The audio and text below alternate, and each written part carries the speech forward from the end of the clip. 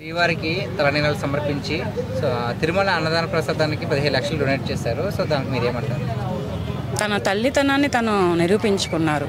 ఒక బిడ్డ గురించి తను ఎంత మొక్కితే ఆ బిడ్డ తనకు దక్కాడో, 9 మాసాలు మోసి కనిపెంచిన తల్లిగా ఆ బిడ్డకి అంత ప్రమాదం జరిగినప్పుడు ఆ ప్రమాదం నుంచి బయటపడి నా బిడ్డ నాకు దక్కితే చాలు దేవుడా అని ఒక ఆమె అసలు వేరే కంట్రీ, ఆమె వేరే దేవుడు గల ఆమె. కానీ అటువంటి ఆవిడ మన పవన్ కళ్యాణ్ గారికి వైఫ్ అయిన తర్వాత, మన పవన్ కళ్యాణ్ గారి ఇంటి కోడలైన తర్వాత, కొణిదెల వారి ఇంటి కోడలైన తర్వాత మన హిందూ సాంప్రదాయాలని ఒలికిపుచ్చుకుంటూ మన హిందూ సాంప్రదాయాల వైపు అడుగులు వేస్తూ వెంకన్న స్వామి మన ఇండియా కంట్రీలోనే పెద్ద గాడి లార్డ్ వెంకన్న స్వామికి మొక్కుకొని ఆమె అక్కడ అన్నదానానికి 17 లక్షలు డొనేట్ చేశారు అంటే చాలా గ్రేట్.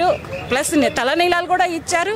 అది వీడియోలన్నీ వైరల్ అయినాయి. అన్నదానానికి ఎంత డొనేట్ చేశారనేది వీడియోలు వైరల్ అవ్వలేదు. కానీ ఆవిడ తలనీలాలు ఇవ్వడమే కానీ, దేవుడికి మొక్కుకోవడమే కానీ ఇవన్నీ చాలా ఇదైనాయి. కానీ ఒక మహిళగా, ఒక స్త్రీగా, ఒక మాతృమూర్తిగా, ఒక ఇంటి ఇల్లాలుగా, ఒక ఇంటి కోడలుగా తన కర్తవ్యాన్ని తను నెరవేర్తించుకున్నారు. తన కొడుకు తనకు దక్కితే చాలు అని ఒక మొక్కుకున్నారు కనుక తన తల్లితనాన్ని తను నిరూపించుకున్నారు అన్నమాట. కొందరు ఉంటారు తల్లులు. మన ఇండియన్ కంట్రీలో ఎవరో ఒక తల్లి 3 పిల్లలను చంపేసేసింది. అటువంటి తల్లిగా కాకుండా ఒక బిడ్డకి చిన్న గాయం అయితేనే ఈ తల్లి మనసే కానీ, ఈ తల్లి హృదయమే కానీ ఎంత తల్లడిల్లిపోయిందంటే అంత తల్లడిల్లిపోయి తన మాతృత్వాన్ని తను కాపాడుకున్నారు. చాలా హ్యాపీగా ఫీల్ అవుతున్నాను. మన వెంకటేశ్వర స్వామి టెంపుల్కి అంత అమౌంట్ డొనేట్ చేయడం కూడా చాలా హ్యాపీగా ఫీల్ అవుతున్నాను.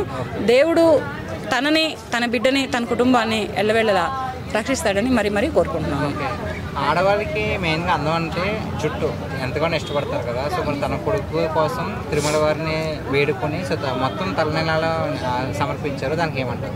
జుట్టు పోతే మళ్ళీ వస్తుంది. ఒక 6 నెలలకో, సంవత్సరానికో, 3 ఏళ్లకో తన జుట్టు తనకు వస్తుంది.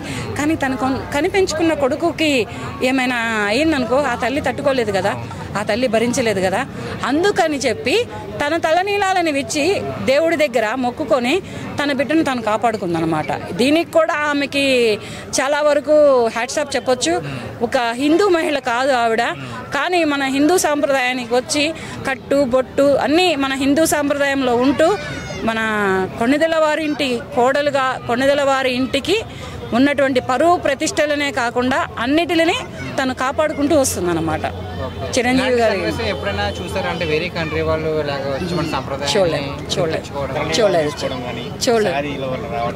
చూడలేదు. వేరే కంట్రీ వాళ్ళు మన ఇండియన్ కంట్రీకి వచ్చి మన ఇండియన్ కంట్రీ మహిళల సాంప్రదాయాన్ని పుణికిపుచ్చుకోవడం నేను ఎక్కడా చూడలేదు. కానీ ఈవిడ ఇటువంటి సాంప్రదాయాలకి ప్రాధాన్యత ఇచ్చి మంచిగా బాగా దేవుడికి మొక్కుకొని తన బిడ్డను తను కాపాడుకుందనమాట. ఆ తల్లికి నేను కూడా చేతులెత్తి నమస్కారం పెడుతున్నానమ్మా. అన్నాలే జీనోవా గారు, మీ మాతృత్వానికి, మీ తల్లి ప్రేమకు నేను కూడా నమస్కారం పెడుతున్నాను.